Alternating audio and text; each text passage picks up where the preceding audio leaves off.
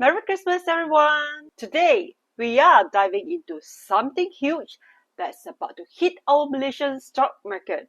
And trust me, this tea is piping hot.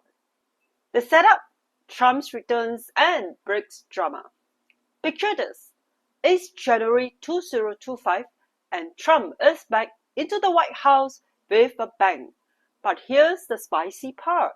He's threatening to slap 100% tariff on BRICS countries. And guess who just joined the BRICS party? Yep, our very own Malaysia. Let me break this down like your favorite mama Roti Canai, layer by layer. So make sure you watch this video till the very end.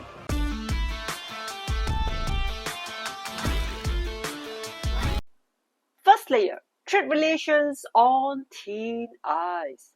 Imagine you are selling nasi lemak for 3 ringgit. Now suddenly someone says you need to sell it for 6 ringgit in that area. That's basically what 100% tariff means. That's Malaysia and the US right now. The US is Malaysia's third largest trading partner and a major player in our semiconductor industry.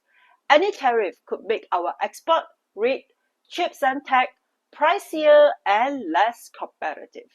Fun fact, Tengku Zafrul Aziz, our Malaysia's Minister of Trade, has been vocal about the potential havoc this could wreak, not just for us, but for US businesses too. Supply chain shaken, not stirred. Malaysia plays a crucial role in the global semiconductor supply chain. Think of us as the post-production wizards who test, assemble, and package chips. If trade barriers spring up, the ripple effects could disrupt not just us, but also industries worldwide that rely on these chips like automakers and smartphone manufacturers. Diplomatic drama. By aligning with BRICS, Malaysia might raise a side eye from Uncle Sam. While we are still just a partner in BRICS and not a full-fledged member, the association might still complicate US-Malaysia relations. The good news? The Malaysian government is closely monitoring the situation to avoid any awkward family dinners. Second layer, the spotlight on Bursa's semiconductors players. Let's meet up with our main characters today. That is Malaysia's semiconductors champions trading on Bursa. These firms have deep ties with the US market and could face headwinds if Trump's tariff go through. Now we come to the who's who's of semiconductors. The first one, Inari Emetron Berhad, or in short, Inari. Specialty? Think of them as the Iron Man of our semiconductor world, handling radio frequency or in short RF products and optoelectronics. Fun fact, 70% of their revenue comes from one US company, that is Avago. That's like putting all your eggs into one Uncle Sam basket. Second, Malaysian Pacific Industries Berhad, or in short, MPI. Specialty?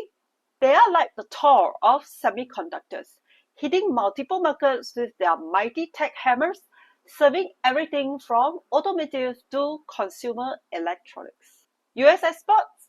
Yes, a chunk of their product heads to the US, making them tariff sensitive.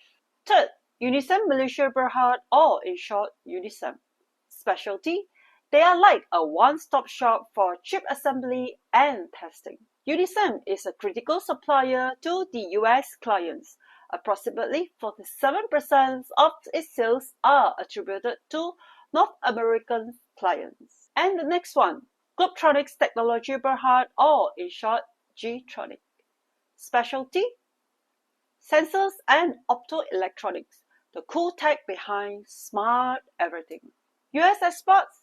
Yes, they count US company as their key clients. Last but not least, VRU Corporation Berhad, or in short, VRU. Specialty? Automated vision inspection system, basically tech that inspects other tech. US exports? Yes, their products power US semiconductors giants. VRU has established a robust presence in the US through strategic partnership and regional expansions. Now we come to the third layer, the real impact of a 100% tariff. Let's not sugarcoat it, it is going to sting. A 100% tariff means higher costs. Imagine doubling the price of nasi lemak overnight. That's what a 100% tariff would do to Malaysian semiconductors in the US, making them less attractive. Second, supply chain chaos. Tariff could disrupt the flow of chips from Malaysia, leaving US companies scrambling for alternatives. And of course, revenues declines. Lower US demands means smaller profits for our semiconductors champions. Sad. Here, let me give you a relatable example. Imagine your favorite phone that costs 3,000 ringgit. You add some of Malaysia's made chips with doubled prices, and suddenly, voila, it's looking way more expensive than your monthly salary. Sad. While it is within the realm of possibility for a hypothetical Trump 2.0 administration to consider high tariff as a strategy, the probability of implementing a flat 100% tariff on all BRICS countries is rather low due to the extensive economic and political consequences. Any such decision would likely provoke significant domestic and international resistance. Moreover, US presidents do not have unilateral authority to impose tariff of this magnitude. They would need justification under trade laws such as those related to national security or trade imbalances, and Congress could push back. The plot twist: what can our companies do? First, diversification game. Just like how you shouldn't spend your whole salary on Shopee, our semiconductor companies need to spread their export customer base, particularly in regions like Europe and Asia, to reduce dependency on US revenue, and continue to invest in cutting-edge tech, and deepening ties with non-US market could be their saving grace. And second, tech evolution. It's time to level up, bro. Time to level up. Like how you upgraded from MySpace to TikTok, our companies need to stay ahead in technology. In the words of a wise economist, probably, when the chips are down, innovations rises. And finally, the money talk. For all my investors warriors out there, here's what you need to watch out for. First, keep an eye on this company's revenue exposure to the US going forward. For example, if Inari gets 70% of revenues from US through embargo, and Trump's 100% tariffs kicks in, this would mean Inari products would effectively cost double in the US market. And this could seriously impact their sales and profit margins going forward. Second, watch out for any move into new markets. For example, look out for companies' announcements about new facilities in different countries, joint ventures with non-US companies, and/or new clients acquisitions in other regions. Next, track their R&D investment because innovation is key, baby. Companies that invest in innovation are better positioned to first, develop unique products, second, command premium pricing, third, find new market opportunities, fourth, stay competitive despite tariff. Modern problems require modern solutions. The bottom line, remember, in the stock market, just like in life, nothing is certain except change and taxes, and now maybe more taxes. But knowledge is power, and you are now equipped to understand this situation better.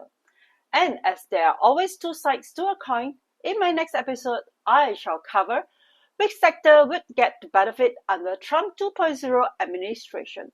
So stay tuned to my channel. Make sure to subscribe to my channel if you have not done so, and turn on the notification bell. Lastly, don't forget to smash onto that like button and drop a comment telling me what stock you are watching. Finally, remember, this is educational content only. Always do your own research before making any investment decision. Bye and see you again in the next one.